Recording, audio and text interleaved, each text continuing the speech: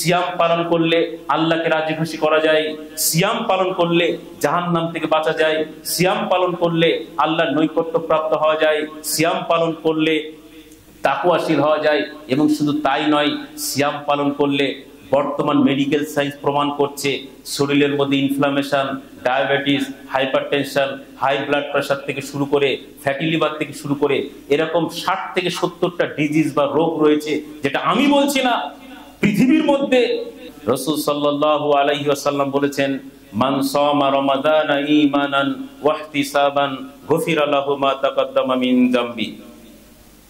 অর্থাৎ রাসূল সাল্লাল্লাহু আলাইহি ওয়াসাল্লাম বলেন, যদি কোনো ব্যক্তি ঈমান সহকারে সওয়াবের আশায় রমাদানের সিয়াম পালন করে, তাহলে তার যাবতীয় বিগত জীবনের যাবতীয় সমস্ত সাগীরা গুনাহ সমূহ মাফ হয়ে যাবে। রাসূল সাল্লাল্লাহু আলাইহি ওয়াসাল্লাম আরো বলেন, ওয়ামান কামা ঈমানান ওয়া ইহতিসাবান গুফিরা লাহু মা তাকাদ্দামা মিন যামবি। যদি কোনো ব্যক্তি ঈমান সহকারে সওয়াবের আশায় রমজানের রাত্রিতে কিয়ামুল লাইল অর্থাৎ রাত্রি জেগে ইবাদত করে, এখানে তাফসীরের মধ্যে এসেছে, মুহাদ্দিসিনে কেরাম বলছেন যে রাত্রি জাগরণ মানে কিয়ামুল লাইল অর্থাৎ তারাবির সালাতকে বোঝানো হয়েছে। যদি কেউ তারাবির সালাত অর্থাৎ কিয়ামুল লাইল অথবা রাত্রি জাগরণ করে, আল্লাহ সুবহানাহু ওয়া তাআলা তার বিগত জীবনের সমস্ত গুনাহকে মাফ করে দেবেন।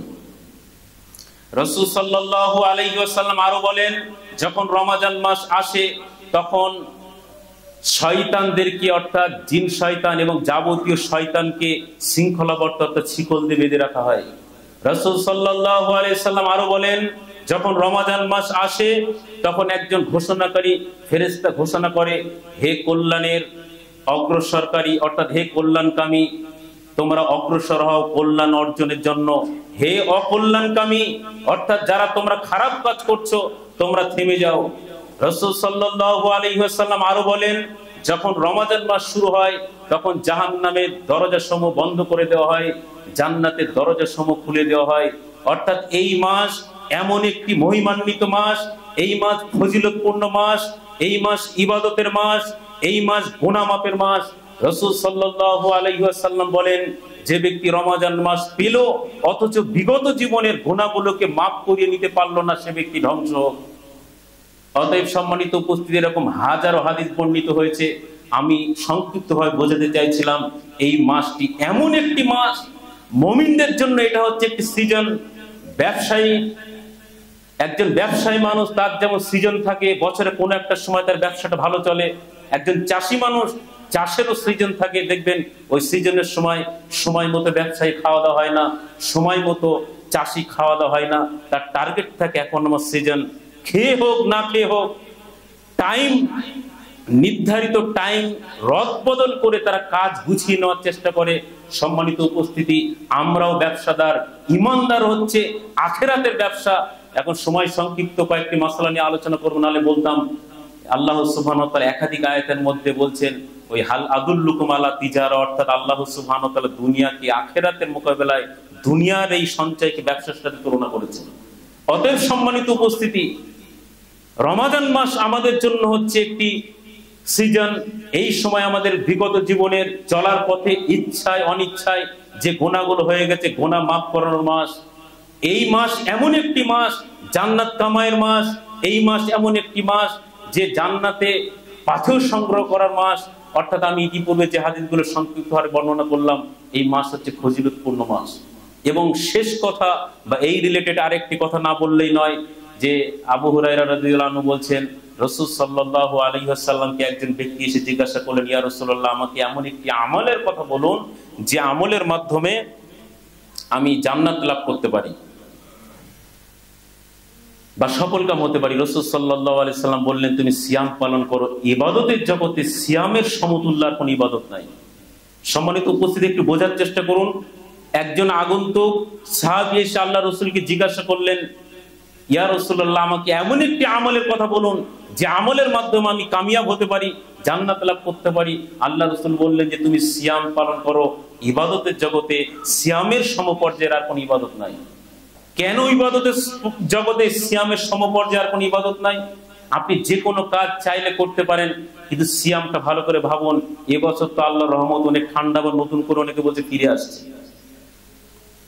অকাট্য গরমের সময়, প্রখর রৌদ্রের সময়, বিগত বা কয়েক বছর আগে আপনারা দেখেছেন, সেই সময় যখন যারা সিয়াম ব্রত পালন করে, দুপুরের দিকে যারা বিশেষ করে কাজ কাম করে, বলছে কলিজার ভিতরে গলাটা শুকিয়ে মানে খসখস করছে।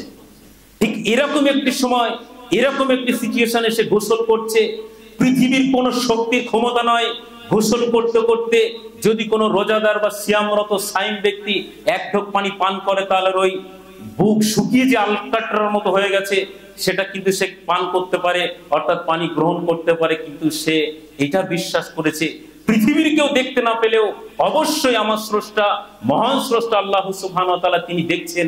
অর্থাৎ এই বিশ্বাস নিয়ে তিনি কিন্তু এত কষ্ট করার পরেও, মুজাহাদা করার পরেও, এই যে আল্লাহকে না দেখে তিনি যে দেখছেন এই অনুভূতি তার দিলের মধ্যে রয়েছে, আল্লাহ সুবহানাহু ওয়া তাআলা এত খুশি হন, অন্যান্য সমস্ত আমলের বদলা ভায়া মাধ্যমে দেবেন।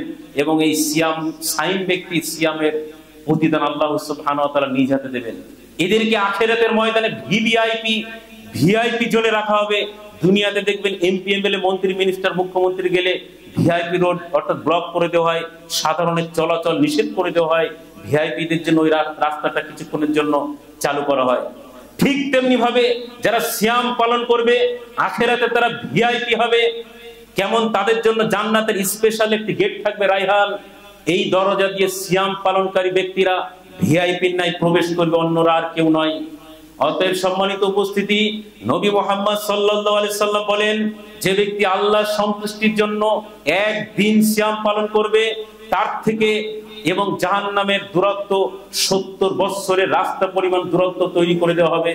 সম্মানিত উপস্থিতি, জাহান্নাম তো ভুলে যান, 15 কোটি কিলোমিটার দূরে সূর্য রয়েছে, তারপরেও গরমকালের দিন খালি পায়ে বলছে যে মাঠে হাঁটা যাচ্ছে না।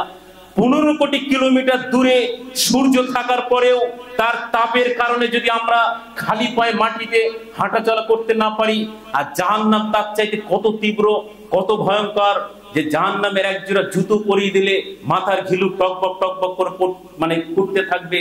এই জাহান্নাম থেকে যে ব্যক্তি আল্লাহ সন্তুষ্টির জন্য 1 মাস নয়, 1 বছর নয়, 20-30 বছর নয়, একদিন আল্লাহ সন্তুষ্টির জন্য একটি সিয়াম পালন করবে, তার এবং জাহান্নামের মধ্যে 70 বছরের পরিমাণ দূরত্ব সৃষ্টি করে দেওয়া হবে। সম্মানিত উপস্থিতি, নবী মুহাম্মদ সাল্লাল্লাহু আলাইহি সাল্লাম বলেন, যে ব্যক্তি আল্লাহ সন্তুষ্টির জন্য একদিন সিয়াম পালন করবে, আল্লাহ সুবহানাহু ওয়া তাআলা তার এবং জাহান্নামের মাঝখানে একটি পরীক্ষা খনন করে দেবেন। পরীক্ষা মানে হচ্ছে খাল, যে খালের এক মাথা থেকে আরেক মাথার মানে দূরত্ব, খন্দকের দূরত্ব হবে জমিন থেকে আসমান পরিমাণ সমতুল্য দূরত্বের পরিমাণ। অতএব সম্মানিত উপস্থিতি, সিয়াম পালন করলে আল্লাহকে রাজি খুশি করা যায়, সিয়াম পালন করলে জাহান্নাম থেকে বাঁচা যায়, সিয়াম পালন করলে আল্লাহর নৈকট্য প্রাপ্ত হওয়া যায়, সিয়াম পালন করলে তাকওয়াশীল হওয়া যায়। এবং শুধু তাই নয়, সিয়াম পালন করলে বর্তমান মেডিকেল সায়েন্স প্রমাণ করছে শরীরের মধ্যে inflammation, diabetes, hypertension, high blood pressure থেকে শুরু করে ফ্যাটি লিভার থেকে শুরু করে এরকম 60 থেকে 70টা ডিজিজ বা রোগ রয়েছে, যেটা আমি বলছি না, পৃথিবীর মধ্যে